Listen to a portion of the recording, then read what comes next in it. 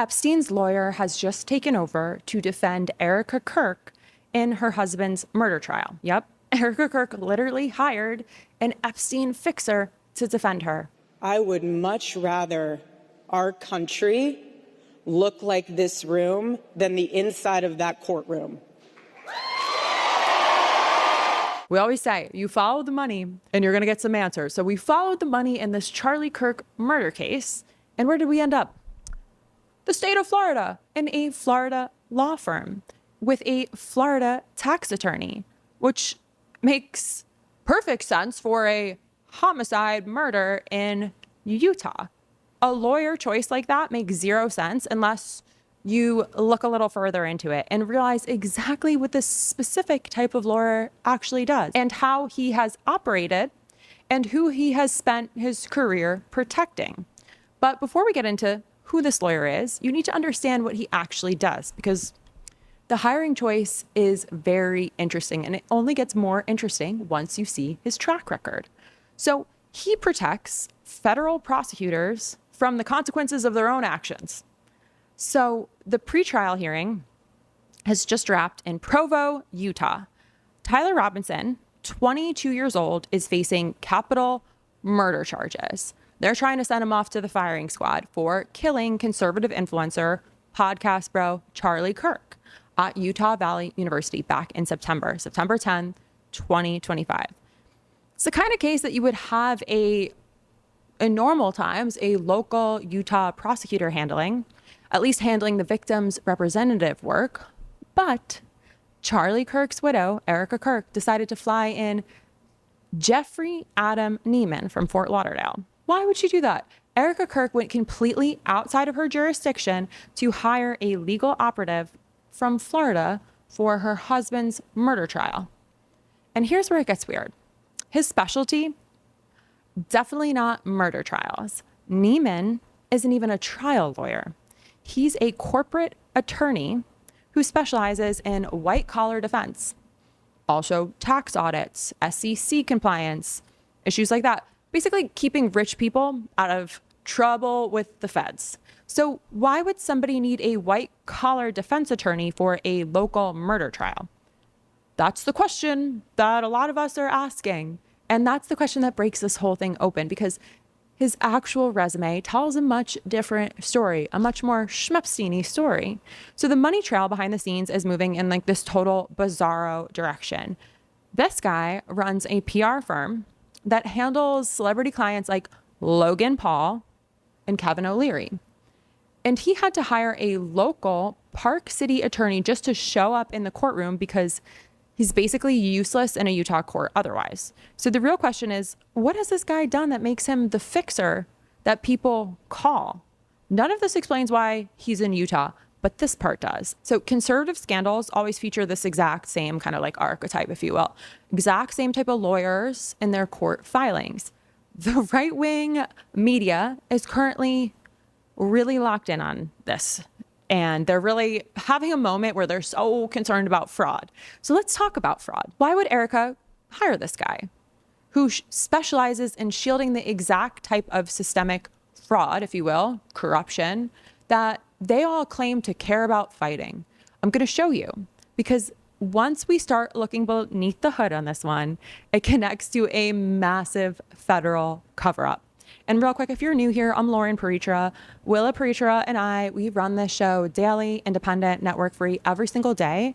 And we do it because Stephen Miller is on the loose. Stephen Miller is molting. I heard he's doing this in damp spots in your home. So underneath the sink and that little space in the crawl space by your shower. So the best thing you can do to protect yourself from him, because he's multiplying, it's his season, he's hissing in the dark, is to subscribe. Hit that subscribe button, follow us wherever you get your podcast, leave us a 5-star rating or a comment, 6 words or more, save, share, hype this video, stay safe from Stephen Little Bitch Miller. So who is Jeffrey Neiman? We went ahead and dug into his past cases, and we found his name in documents he probably didn't want attached to his public profile. So one of you, shout out to one of you, I don't recall exactly who it was, but reveal yourself if it was you, suggested I look into Jeffrey Neiman's background. And upon just a quick little Google search, I found his name all over documents connected to one specific case, Jeffrey Epstein. Neiman represented Alexander Acosta, and he was the U.S. attorney for the Southern District of Florida who negotiated Epstein's sweetheart deal in 2008. So that deal was catastrophic by like any measure of if you're a human with a conscience, which is debatable in these times. But Acosta's office had a 60-count federal indictment ready to go. They abandoned it in exchange for a state-level plea that let Epstein serve 13 months in a local county jail with work release privileges. He left the building for 12 hours a day. It was basically like jail is where you rest your head at night. It's a hostel. It's a hotel. Real quick, today's episode is brought to you by Brickhouse Nutrition. Everyone's talking about weight loss injections because the results are so dramatic. They work by lowering your blood sugar and reducing your appetite. So what if you're looking to lose weight, but you're not interested in those painful weekly injections, especially when you hear about some of those intense side effects? Well, that's why doctors created a weight loss supplement called Lean, and the results are remarkable. The studied ingredients in Lean have been shown to lower your blood sugar, burn fat by converting it to energy, and curb your appetite and cravings so you're not as hungry. But listen, Lean is not for the casual dieter with only a few pounds to lose. The doctors at Brickhouse Nutrition created Lean for frustrated dieters with 10 or more pounds to lose. And let's get you started today with 20% off and free rush shipping so you can add Lean to your healthy diet and exercise plan. You can visit takelean.com and enter code Lauren, that's Loren, for your discount. That's promo code Lauren at takelean.com. Neiman spent years defending that decision. He went before Congress and argued that Acosta acted responsibly and reasonably based on the available evidence at the time. So he normalized what happened. He pointed out that Epstein registered as a sex offender and paid restitution. So that just makes us all feel really good and just about letting this monster back into the world, because we got to protect PDF files at all costs, right? Under Trump's America. And this was even in the before times when Trump was out there getting his hands dirty with the same shit. He framed the whole thing as a standard prosecutional discretion that he made, even though the FBI had already identified dozens of underage victims, and Acosta's office deliberately hid the plea negotiations from them until it was locked. What a guy, standout guy, a man of high moral integrity, if you ask me. So here's where the pattern becomes really, really hard to ignore. The connection is incredibly specific and direct. It is not at all a coincidence. So what does this guy have to do with Erika Kirk? Why is she using this guy of all guys? Well, here's where we get to the tea. So Erika Kirk is, as we know, a part of a political movement that talks constantly about controlling legal systems, having faith in the process, but also screaming about fraud at every opportunity she has. And she claims to care about families and women and God and whatever, all this shit. But really, she's saying all this stuff, and then she hires the exact lawyer who protected the federal prosecutor responsible for one of the biggest punitive cover-ups in history. Erika Kirk protects pedophiles! Erika Kirk protects pedophiles! They claim to want to talk about fighting corruption. Well, let's talk about it, Erika Kirk. And let me show you how you're actually doing things with Epstein's defender, because he's stepping in for you for your husband's murder trial. So Jeffrey Neiman isn't someone most people connect to Jeffrey Epstein right away, because he never represented Epstein and he wasn't one of the lawyers who negotiated Epstein's plea deal. Instead, Neiman represented Alexander Acosta, again, former U.S. attorney who signed off on the 2007-2008 non-prosecutional agreement that let Epstein avoid drug trafficking charges. Jeffrey Neiman on behalf of the Kirk family. I've been very hesitant to speak up at these proceedings. We understand it's the state, the defense, and the judge. You're all doing your job. But I feel as if we need to. I want to be clear as to what the Kirk family's position is on all of this. The Kirk family believes strongly that if the evidence is being admitted in this preliminary hearing, it should be made public for the world to see. No redactions, this court has tools at its tools at its disposal to make sure the defendant receives a fair trial, you'll use them if you find that you need to. That's it, Your Honor. To not be transparent here, to not be open, to not let the world see what happened, will create doubt and distrust in the judicial system.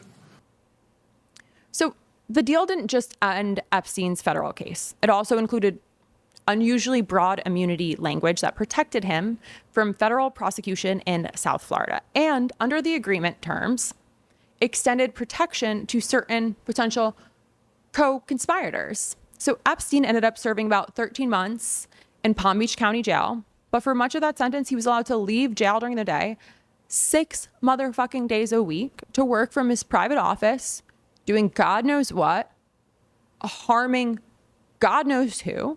And years later, a federal judge ruled that prosecutors violated the Crime Victims' Rights Act because they negotiated the agreement without telling the victims before it was finalized. Erika Kirk is now part of this movement that is more or less doing the same shit.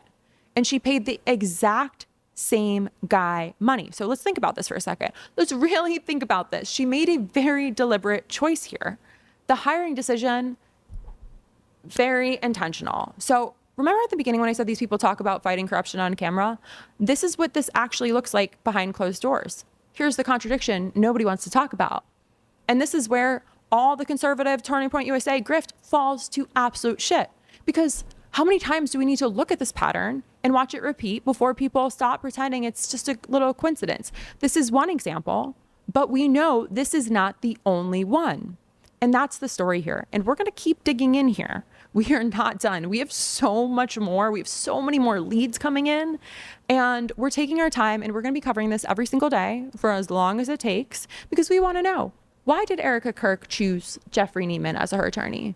Was she aware of Neiman's high-profile representation of Alexander Acosta in connection with the Epstein plea deal? Was Neiman retained because of his experience handling high-profile, politically sensitive matters and covering rich people's asses? Or for another reason? So did Neiman's prior work have any relevance to the issues Erika Kirk was facing? Or was it just a, coincidence, unrelated to any sort of legal representation history? And is there any public evidence that explains how Neiman came to represent her? Again, I'm Lauren Paritra. Willa Paritra and I do this bootstrapped, self-funded every single day. Don't know how we got so into the Erika Kirk, Charlie Kirk of it all, but we're here now and we're not going to stop, and we got your back. So let's keep talking about it. Let's keep digging in here, and let's make sure we're protecting people, because there is some funny business going down and we're on top of it. So find us wherever you get your podcast. Give us a 5-star rating. I am Lauren P across socials. I want to hear from you, except on Twitter where I'm Lauren Paritra. Linked below. Bye.